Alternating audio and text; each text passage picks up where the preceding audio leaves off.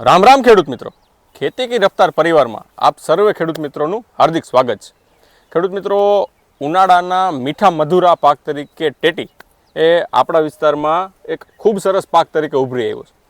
પરંપરાગત ખેતીથી આગળ વધીને પરંપરાગત ખેતીમાં જે આપણે કાયમી પાકો વાવી છે, તલ છે, મગ છે, અડદ છે, એવા ઉનાળુ પાકોને બદલે કંઈક નવી ટેકનોલોજી અને કંઈક નવા પાક તરફ વળી તો વધુ ઉત્પાદન આ સમયમાં ખેડૂત મિત્રો આપણા મેળવી શકે એમ છે.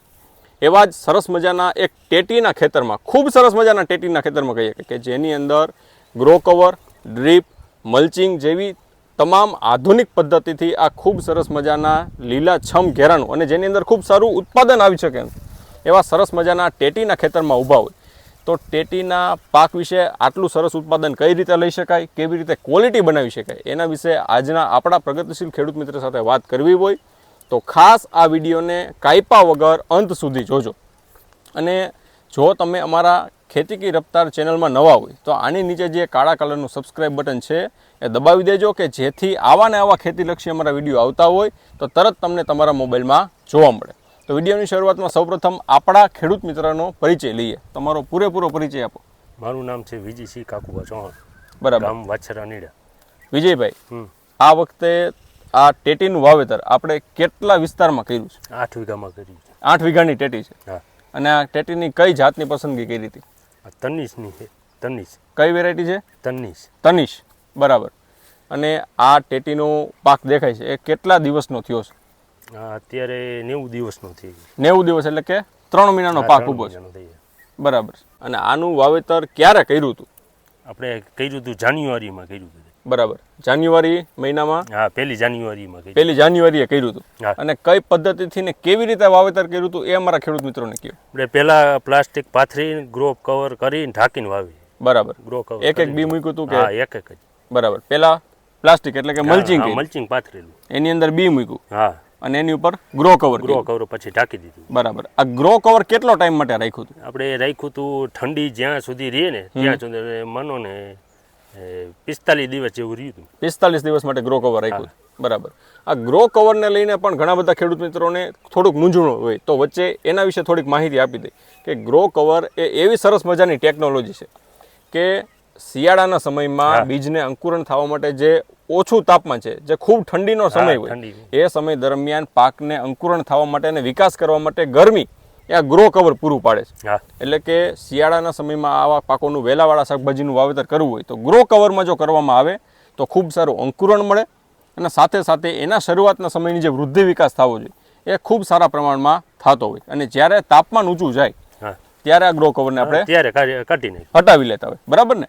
અને આ ટેટીના પાકમાં દવા અને ખાતરનો કેવો ખર્ચો થાય છે? બહુ એટલો બધો નહીં, પણ નોર્મલ ખર્ચો આવે. બરાબર. કેવા તમને રોગ જેવા જોવા મળે આમાં? થ્રિપ્સ ને કથીરી એ જાડું આવે, બાકી એ તો ઓછું હોય. બરાબર. થ્રિપ્સ, કથીરી ને સફેદ માખી જેવા એ જ જાજા. બરાબર છે. અને અત્યારે આમાંથી તમે કટિંગ ચાલુ થઈ ગયું છે? હા. કેટલા કટિંગ લીધા? જે 2 વાર કટિંગ કર્યું છે, જે ત્રીજું કરવાનું છે. પહેલું કટિંગ આ ટેટીના પાકમાં અંદાજિત કેટલા દિવસોએ આવતું હોય? પહેલું આવ્યું 60 દિવસે આવ્યું. 60 દિવસે પહેલું કટિંગ આવે. કેટલા કિલો આ 8 વીઘાના ખેતરમાંથી ઉતર્યું હતું? પહેલી વાર ઉતરું 200 કિલો ઉતર્યું. 200 કિલો, બરાબર. અને બીજા કટિંગમાં? પછી બીજા કટિંગમાં સીધું 1700-1800 કિલો. 1700-1800 કિલો ઉતર્યું હતું સીધા બીજા કટિંગમાં. બરાબર. અને ત્રીજું કટિંગ આવી ગયું છે કે બાકી છે? હવે બસ 1-2 દિવસમાં જ કરવાનું છે પાછું. બરાબર. શું લાગે ત્રીજા કટિંગમાં કેટલો પાક નીકળશે? હવે આજુ ફરે પાછો નીકળશે 2500-2700 કિલો જેવું નીકળશે. 2500-2700 કિલો જેવું નીકળશે. અને હાલના સમયે એવરેજ આ ટેટીનો ખૂબ સરસ પાક અત્યારે આપણને દેખાય. આ ફળ તમે જુઓ તો મિનિમમ 1 થી 1.25 કિલોનું આ એક ફળ છે. અને આને કાપીને જુઓ તો અંદરથી ખૂબ સરસ મજાની ક્વોલિટી છે, એકદમ ટાઈટ, આમ તમે ટકોરા બંધ ફળ કહી શકાય. ક્વોલિટીમાં ખૂબ સારું ફળ છે. તો આનો એવરેજ ભાવ અત્યારે માર્કેટમાં શું મળે આપણે? 15 થી 20 રૂપિયાની આજુબાજુ ચડે. 1 કિલોના 15 થી 20 રૂપિયા મળે. ટોટલ કેટલા કટિંગ આવે આની અંદર? આમાં આવશે 10 કટિંગ આવશે. ટોટલ 10 કટિંગ આવશે આની અંદર. અત્યારે હજી ત્રીજું કટિંગ આવવાનું છે અને ત્રીજું કટિંગ જ 2700-2800 કિલોનું લાગે છે. એવા લગભગ 9 થી 10 કટિંગ આવે અને એવરેજ અત્યારે 15 થી 20 રૂપિયા ભાવ છે. અને કદાચ ઘટે તો 10-12 રૂપિયા સુધી ઘટી શકે. બરાબર ને? તો તમને શું લાગે છે કે ભાઈ આ ટેટીનો પાક છે એ બીજા ખેડૂત મિત્રોને કર્યા જેવો ખરો? આ નફાકારક પાક છે? નફાકારક છે, કરાય. બરાબર. અને આ પાકમાં ધ્યાન રાખવા જેવી બાબતો તમને શું લાગે છે કે ખેડૂત મિત્રોને આટલી વસ્તુનું ધ્યાન રખાય તો આમાં ખર્ચા ઓછા ચડે અને ઉત્પાદન સારું મળે? 1 જાન્યુઆરીની આજુબાજુમાં ત્યારે જ આનું વાવેતર કરવાનું થાય. બરાબર. તે પછી આનું પ્લાસ્ટિક પાથરીને ગ્રો કવર ઢાંકીને, જે મેન આ વસ્તુ ઈ જ છે આમાં, ગ્રો કવર ઢાંકીને જ્યારે ઠંડી હોય ત્યાં સુધીનો જ આપણે ગ્રો કવર ઢાંકવાનું છે. બરાબર. ઠંડી ઓછી થઈ ગઈ, ટેમ્પરેચર વધવા માંડ્યું ત્યારે ગ્રો કવર કાઢી નાખવાનું. બરાબર. અંદાજે 40-45 હા, બસ 40-45 દિવસ રહે છે. બરાબર છે. એ કાઢીને પછી તો છેલ્લું પ્રમાણે જે ખાતર દવા જે થ્રીપ કથીરીની જોઈ એ છાંટવાની છે. બરાબર. નોર્મલ ખર્ચો છે, કોઈ એવો ખર્ચો નથી મોટો. બરાબર. અને વોટર સોલ્યુબલ ખાતરોનો ઉપયોગ આમાં તમે કરો છો? હા, એ નોર્મલ જે આવતા હોય શેડ્યુલ પ્રમાણે એ જ ખાતર. બરાબર. તો ઓવરઓલ નફાકારક પાક ઉનાળુ પાક આપણે ખેતીમાં કહી શકાય. હા, બરાબર. તો ખેડૂત મિત્રો, ટેટી એટલે એવો સરસ મજાનો પાક કે જો વ્યવસ્થિત ધ્યાન રાખવામાં આવે તો ઓછા ખર્ચે ઉનાળાની શરૂઆતમાં ખૂબ સારા ભાવમાં અને ખૂબ સારું વળતર આપતો આ પાક આપણે કહી શકાય. કે એવી સિઝનમાં પાકની કાપણી થતી હોય કે જ્યારે હજી કેરીની શરૂઆત ન થઈ હોય. હા, અને હા, કેરી ન આવે એની મોરે ટેટી આપણી બજારમાં. બરાબર. કે કેરી હજી ન આવી હોય એની પહેલા ટેટી અને તરબૂચ જેવા પાક લોકો પસંદ કરતા હોય પોતાના ખોરાકમાં લેવાનું, અને એને જ લીધે ખેડૂતોને સારા ભાવ આમાંથી મળતા હોય છે.